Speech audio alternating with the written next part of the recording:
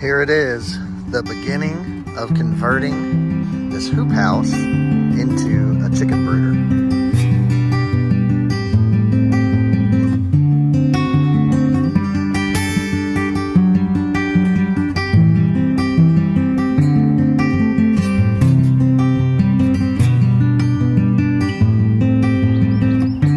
So we're getting in the chicken business.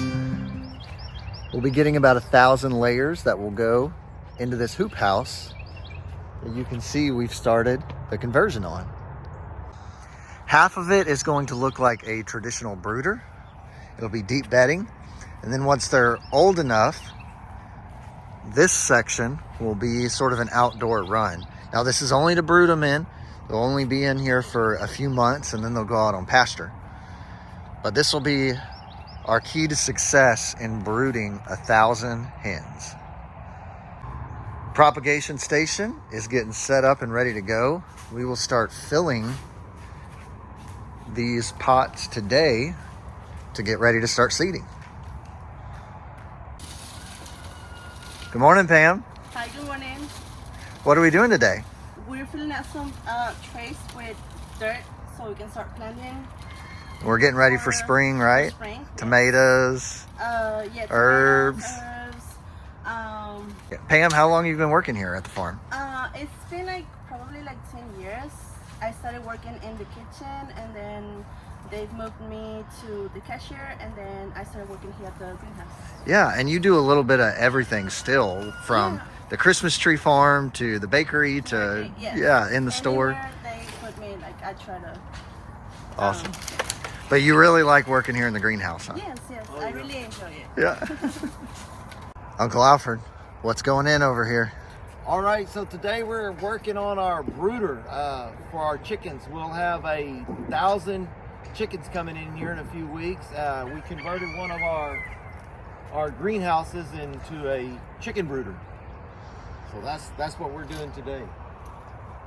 All right, we're day 2 of building the brooder, Uncle Alfred.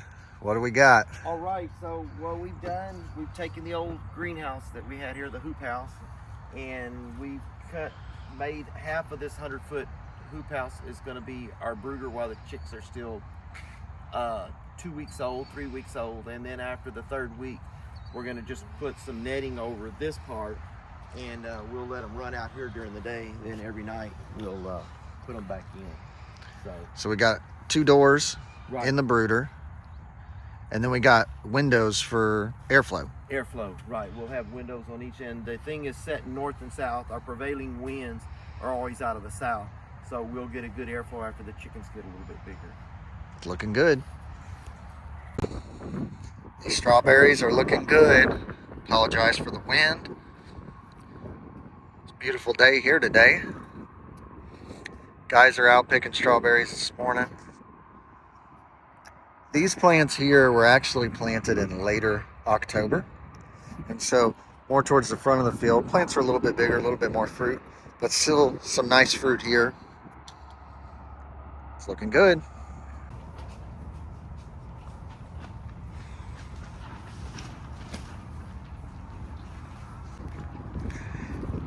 So you can see now, it's starting to look a whole lot more like a brooder.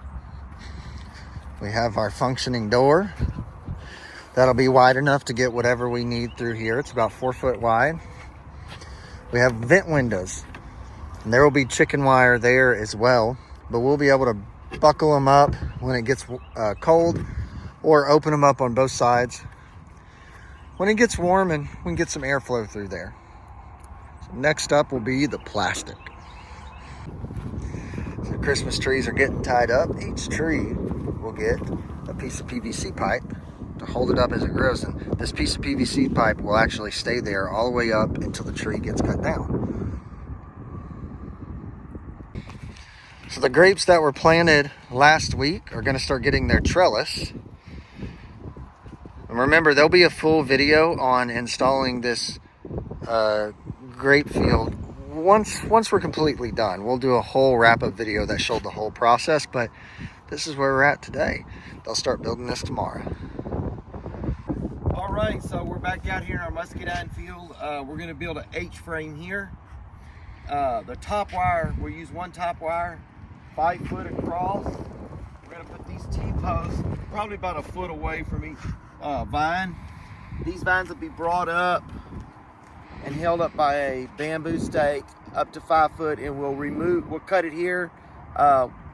One of the laterals will go out to the left, one will go to the right 10 foot. So hopefully we'll have our scaffold made by this time next year.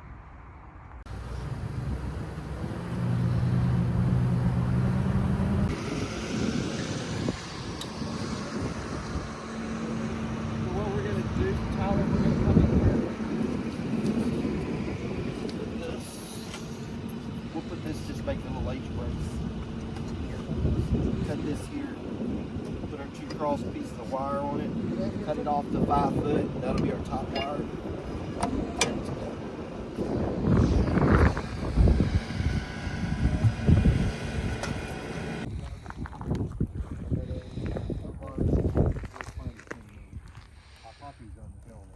Okay.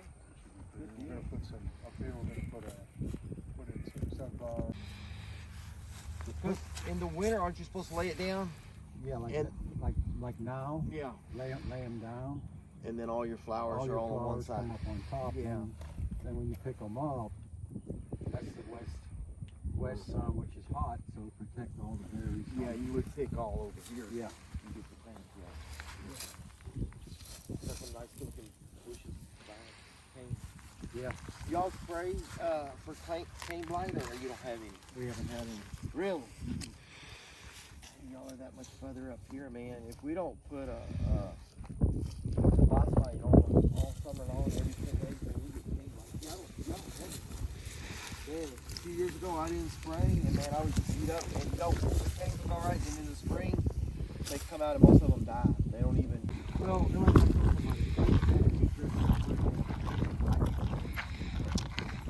When that, when you put down, you don't think it makes a big difference, but you know, it's easier. So y'all have had success growing zinnias in these growing towers. Absolutely, yeah. What we do, you can see the first 3 is what we planted the zinnias in. I see. The first So 3. you don't put them lower than No, that. we don't, just because of the sun, I see. you know. But yeah, zinnias grow very well. Cute. When COVID hit, it did real good. You know, and your vegetables. But right here, this is about 2/3 of an acre. All this right here. Carl, don't do it. Carl in his lifetime has stolen 2 cell phones. Oh, see, there's their 5 foot mark right here. Right there.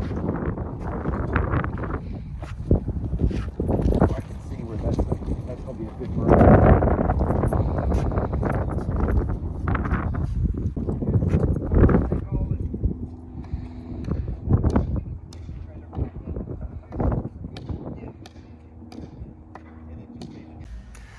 Our online store is officially open. All you have to do is go to frobergsfarm.com and click shop.